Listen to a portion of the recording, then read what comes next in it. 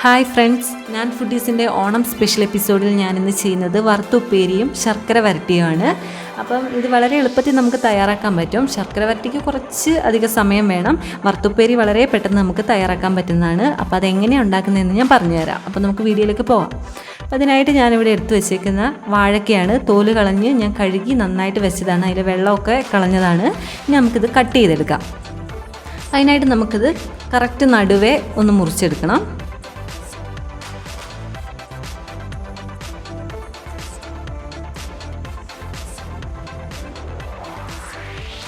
ഇനി അത്യാവശ്യം കട്ടിയിൽ തന്നെ മുറിച്ചെടുക്കണം. ഒരുപാട് കട്ടി വേണ്ട, ഒരു പാകത്തിന് ഒരേ വലിപ്പത്തിൽ തന്നെ കട്ട് ചെയ്യാൻ നോക്കണം. കുറച്ച് കട്ടി ഉണ്ടാവും വറുത്തുപ്പേരിക്ക്. അപ്പോൾ നമ്മൾ ചിപ്സൊക്കെ ആണെങ്കിൽ വളരെ നൈസായിട്ടാണ് നമ്മൾ വറുത്തെടുക്കുന്നത്. അപ്പോൾ വറുത്തുപ്പേരി ഉണ്ടാക്കുമ്പോൾ കുറച്ച് കട്ടിയിലാണ് നമ്മൾ മുറിച്ചെടുക്കുക. അത് കത്തി വെച്ച് തന്നെ നമ്മൾ കട്ട് ചെയ്തെടുക്കുക.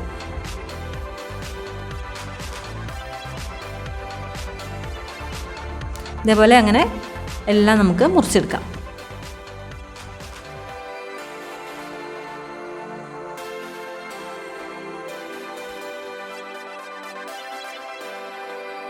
ഒരേ വലിപ്പത്തിൽ തന്നെ കട്ട് ചെയ്യാൻ നോക്കണം, ഇല്ലെങ്കിൽ നമുക്കത് ഫ്രൈ ചെയ്യുമ്പോൾ ഭയങ്കര ബുദ്ധിമുട്ടാവും.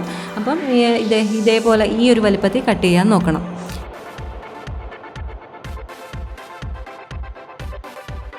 ഇനി നമുക്ക് ശർക്കര ഉപ്പേരിക്കുള്ളത് കട്ട് ചെയ്യാം. അതിനായി ഒരു വാഴയ്ക്ക എടുത്തിട്ട് അതും ഇതേപോലെ തന്നെ നടുവേ മുറിക്കുക. എന്നിട്ട് അത്യാവശ്യം കുറച്ചും കൂടെ വറുത്തുപ്പേരി മുറിച്ചേക്കാട്ടും കുറച്ചും കൂടെ കട്ടിയിലാണ് നമ്മൾ ഈ പാകത്തിന് കട്ട് ചെയ്തെടുക്കണം. അതേപോലെ എല്ലാം നമുക്ക് മുറിച്ചെടുക്കാം. നല്ല മൂത്ത കായ നോക്കി എടുക്കാൻ നോക്കണം ഇതിങ്ങനെ ഫ്രൈ ചെയ്യാനായിട്ട്.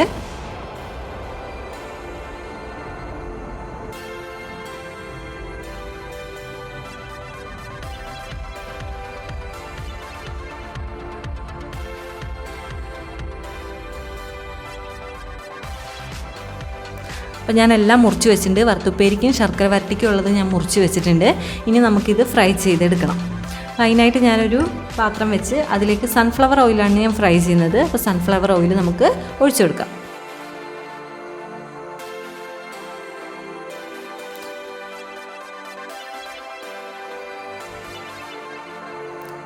ഓയിൽ നന്നായി ചൂടായിട്ടുണ്ട്. ഇനി നമുക്ക് വറുത്തുപ്പേരിക്കുള്ള കായ ഇട്ട് കൊടുക്കാം. മൊത്തം ഞാൻ ഇതിലേക്ക് ഇട്ട് കൊടുക്കുകയാണ്.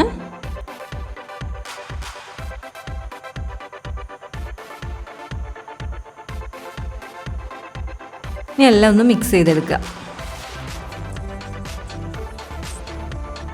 ഇനി ഇങ്ങനെ നമുക്ക് ഇളക്കി കൊടുക്കണം.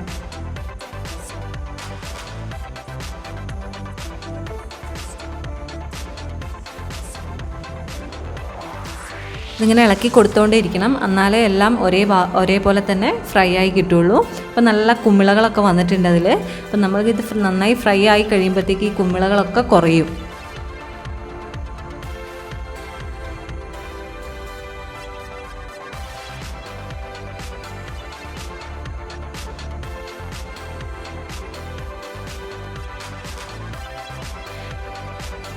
ഇതിൽ വേണം നിങ്ങൾക്ക് ഉപ്പ് തിരുമ്മി വറക്കാം. പക്ഷെ ഞാൻ ഉപ്പ് തിരുമ്മിയല്ല, ഞാൻ ലാസ്റ്റാണ് ഇതിൽ ഉപ്പിട്ട് കൊടുക്കുന്നത്. അപ്പോൾ ഇതായോ എന്നൊന്ന് നോക്കി നോക്കാം. ഇത് കണ്ട കുമ്പളകളൊക്കെ നന്നായി കുറഞ്ഞിട്ടുണ്ട്. നമുക്കൊന്ന് ജസ്റ്റ് നോക്കി നോക്കാം.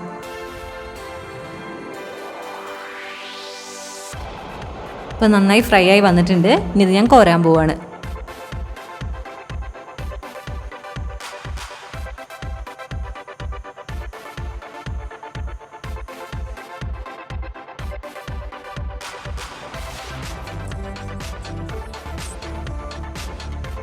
എല്ലാം ഞാൻ കോരിയെടുത്തിട്ടുണ്ട്. ഇനി ഇതിലേക്ക് കുറച്ച് ഉപ്പുവെള്ളം തളിക്കുകയാണ് ഞാൻ ചെയ്യുന്നത്. കുറച്ച് ഒഴിച്ചാൽ മതി. ഇനി നന്നായിട്ടൊന്ന് മിക്സ് ചെയ്തെടുക്കുക. അപ്പം നമ്മുടെ വറുത്തുപ്പേരി റെഡി ആയിട്ടുണ്ട്. ഇനി ഇതേപോലെ തന്നെ ശർക്കര ഉപ്പേരിക്കുള്ളത് നമുക്ക് ഫ്രൈ ചെയ്തെടുക്കാം. എണ്ണയിലേക്ക് ഇട്ട് കൊടുക്കാം. മൊത്തം ഞാൻ അരിഞ്ഞു വെച്ച മൊത്തം ഞാൻ ഇതിലിടുന്നുണ്ട്. ഇനി അത് നമുക്ക് ഇതേപോലെ ഫ്രൈ ചെയ്തെടുക്കാം. ഇത് കുറച്ച് സമയം എടുക്കും, കാരണം നല്ല കട്ടിയിലാണ് നമ്മൾ അരിഞ്ഞേക്കുന്നത്. അപ്പോൾ കുറച്ച് നേരം എടുക്കും ഇത് ഫ്രൈ ചെയ്ത് വരാൻ.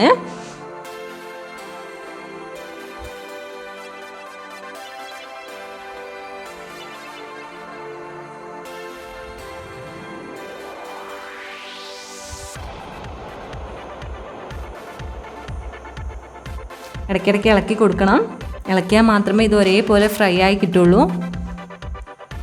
ഇപ്പോഴത്തെ കളറൊക്കെ മാറി വരുന്നുണ്ട്.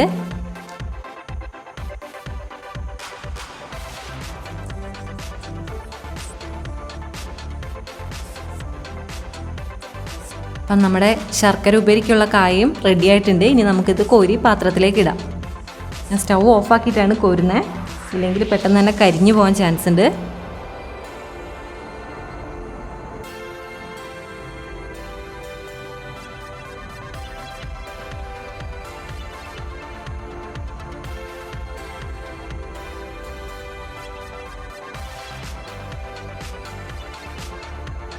ഇനി ഇതിലേക്ക് ഒരു കുറച്ച് ഉപ്പ് തളിച്ചു കൊടുക്കുക. ഇതിന് ഒരുപാട് ഉപ്പ് വേണ്ട, കാരണം നമ്മൾ ശർക്കര ചേർക്കുന്നതാണ്. അപ്പോൾ ഒരു പൊടിക്ക് ഉപ്പ് ചേർത്താൽ മതി. എന്നിട്ടൊന്ന് മിക്സ് ചെയ്തെടുക്കുക.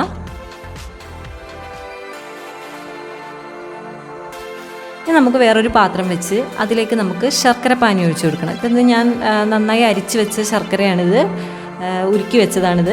അപ്പം ഞാൻ ഒരുപാട് ലൂസാക്കാതെയാണ് ഉരുക്കി വെക്കുന്നത്. അത്യാവശ്യം കട്ടിയിലാണ്. ഒരുപാട് വെള്ളം ഒഴിക്കാതെ തന്നെ ശർക്കര ഉരുക്കാൻ നോക്കണം, അല്ലെങ്കിൽ നമുക്ക് കുറേ നേരം എടുക്കും ഇതൊന്ന് കുറുക്കിയെടുക്കാനായിട്ട്.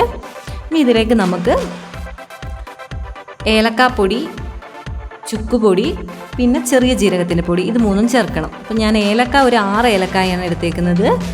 ചെറിയ ജീരകം 2 ടീസ്പൂണും ചുക്കുപൊടി 3 ടീസ്പൂണുമാണ് എടുത്തേക്കുന്നത്. അതിപ്പോൾ നമുക്ക് ഈ പാനിയിലേക്ക് ചേർത്ത് കൊടുക്കാം. അപ്പം ഞാൻ ചുക്കാണ് കൂടുതൽ ചേർത്തേക്കുന്നത്. ഇനി നന്നായിട്ട് മിക്സ് ചെയ്ത് കൊടുക്കുക.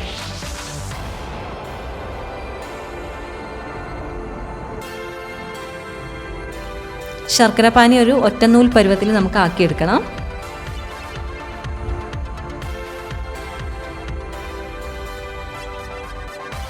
അപ്പം നല്ല തിളച്ച് വന്നിട്ടുണ്ട്. ഏകദേശം ശർക്കര പാനി റെഡി ആയിട്ടുണ്ട്.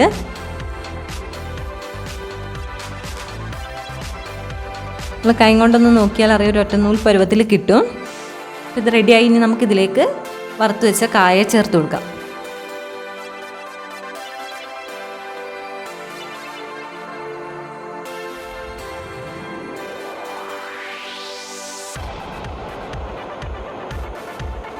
ഇനി ഈ കായ ഇതിലിട്ട് നന്നായി വരട്ടിയെടുക്കണം. ശർക്കര മൊത്തം അതിലേക്ക് പിടിക്കണം.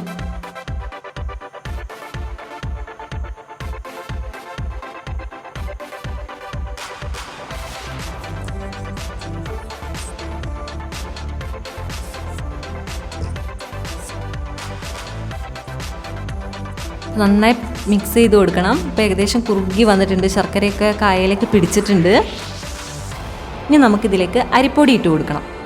ഈ ശർക്കരയൊക്കെ ഒന്ന് ഡ്രൈ ആകാൻ വേണ്ടിയിട്ട് നമുക്ക് അതിലേക്ക് അരിപ്പൊടി ഇട്ട് കൊടുക്കണം. അരിപ്പൊടി അല്ലെങ്കിൽ നമ്മൾ സാധാ ചോറ് വെക്കുന്ന അരി വറുത്ത് പൊടിച്ച പൊടിയായാലും മതി. അപ്പം ഞാനിവിടെ അരിപ്പൊടിയാണ് യൂസ് ചെയ്യുന്നത്. അപ്പോൾ ഇത് നന്നായിട്ട് മിക്സ് ചെയ്ത് കൊടുക്കുക. അപ്പോൾ ശർക്കരയൊക്കെ ഡ്രൈ ആവുന്നോളം വരെ നമ്മൾ കുറേശ്ശെ ഇട്ട് കൊടുക്കണം.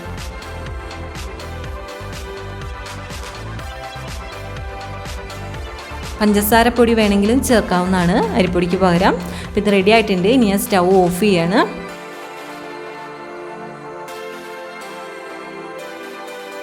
ബാക്കിയുള്ള പൊടികളൊക്കെ കൂടെ കൂട്ടി കറക്റ്റ് ഡ്രൈ ആക്കി എടുക്കണം.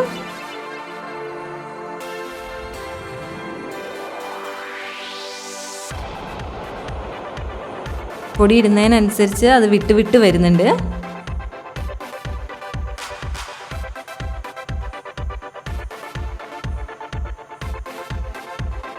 ഞാനൊരു ചെറിയ ബൗൾ നിറയെ അരിപ്പൊടി എടുത്തിട്ടുണ്ട്. അത് ഞാൻ ഇതിലേക്ക് ഏകദേശം ഫുള്ള് തന്നെ ചേർത്ത് കൊടുത്തിട്ടുണ്ട്.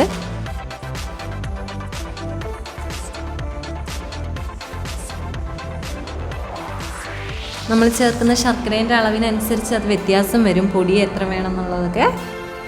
അപ്പോൾ ഇത് ഏകദേശം വിട്ട് വന്നിട്ടുണ്ട്.